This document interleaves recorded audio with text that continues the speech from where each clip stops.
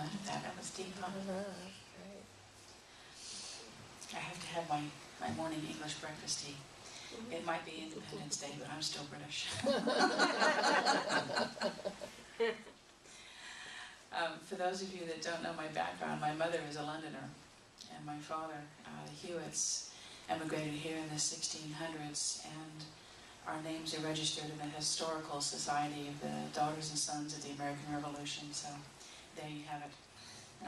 I'm on both sides of the fence, so happy Independence Day, and you should still be British subjects.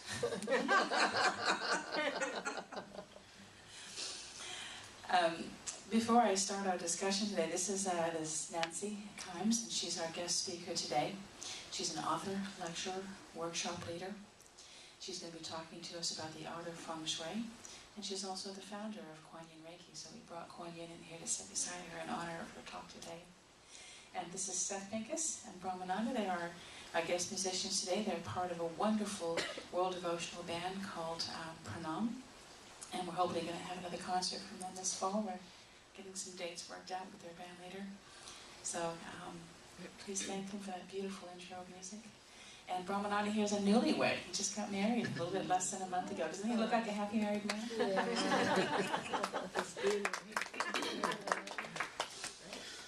And your wife is Australian? So how's she settling in? Good. Big change. Yeah. Big change. Yeah. So I'm going to be talking to you today, the topic, which is an article that's in the new issue of our Radiance Now magazine, which I encourage you to grab a copy on your way out. I'm going to be talking to you about stepping into your power and the three things that will be stopping you from potentially stepping into your power. Lack of self-worth, tall poppy syndrome, and fear that you might do ill will with your power. So I'm going to dispel those myths. But before I turn the mic over to Nancy, I wanted to share with you, since it's Independence Day weekend, about a year ago, when our daughter graduated from law school, she went to Temple University in Philadelphia. We went for her law school graduation. Did a bit of sightseeing while we were in Philadelphia. It's a lovely city. And we went to Independence Hall and looked at the room where the Founding Fathers signed the Declaration of Independence. And for those of us that have developed our sensitivities, it was an amazing experience sitting in that room and just to touch the wood and the floors and to see the room where they did that.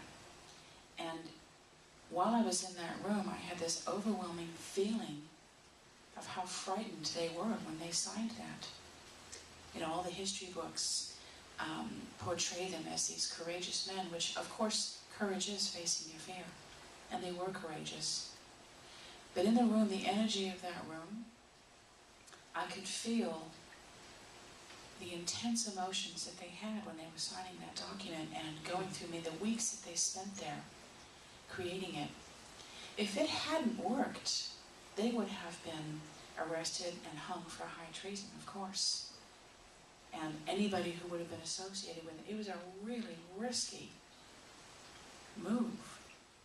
And just being in that room and feeling the courage of their convictions and yet the fear that was coupled with those convictions, it was truly a courageous act.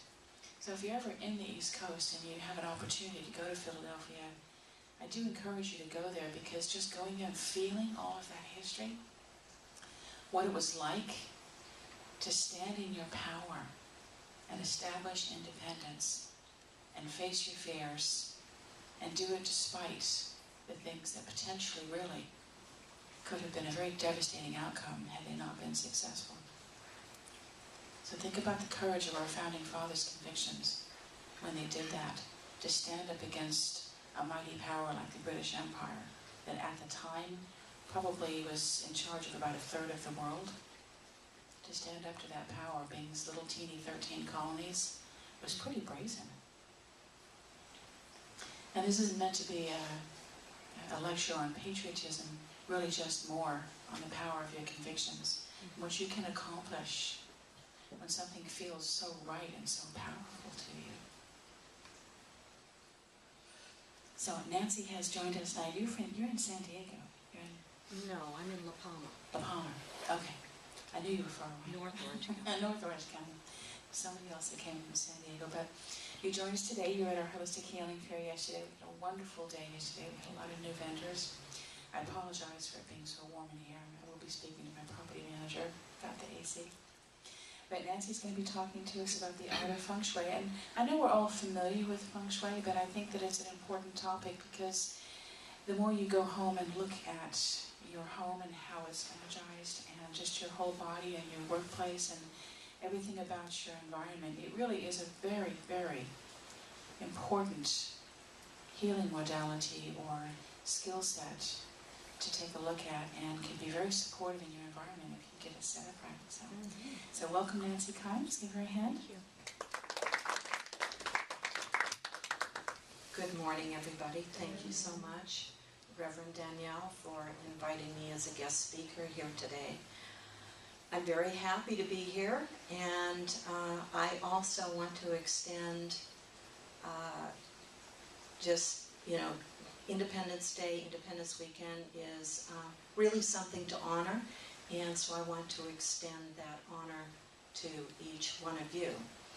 And there really isn't too much more that I can say about Independence Day because Reverend Danielle did such a great job, so I don't need to elaborate on that. As Reverend Danielle mentioned, the topic today is on the art of Feng Shui. And I just want to let you know that it truly is an art and it is a journey.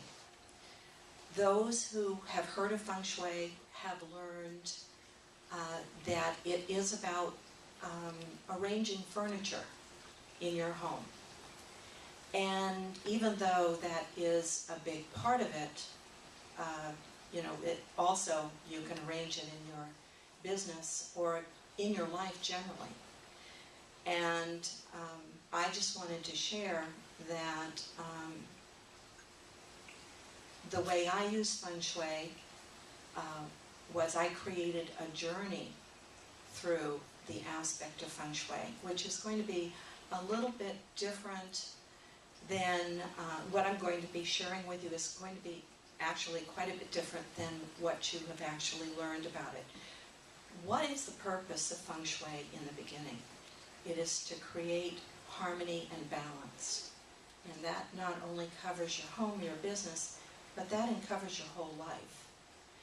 And if I may, I'm going to be discussing some journeys. And one of the reasons that I took Feng Shui and the several things that I learned that I wasn't even aware of at the time. But before I get into that, I wanted to mention that there are several styles of Feng Shui, both traditional and non-traditional. I studied the Tibetan Black Hat sect, which is a non-traditional practice. So in that practice, there is no need for a compass, and from what I've learned and as far as I am concerned, it's a much simpler practice to bring into your life. And the principles that I learned from Feng Shui are really astonishing. Does the Tibetan style still use the bagua? The Tibetan style, yes, the main symbol is the bagua. Still. Absolutely. That's the power symbol.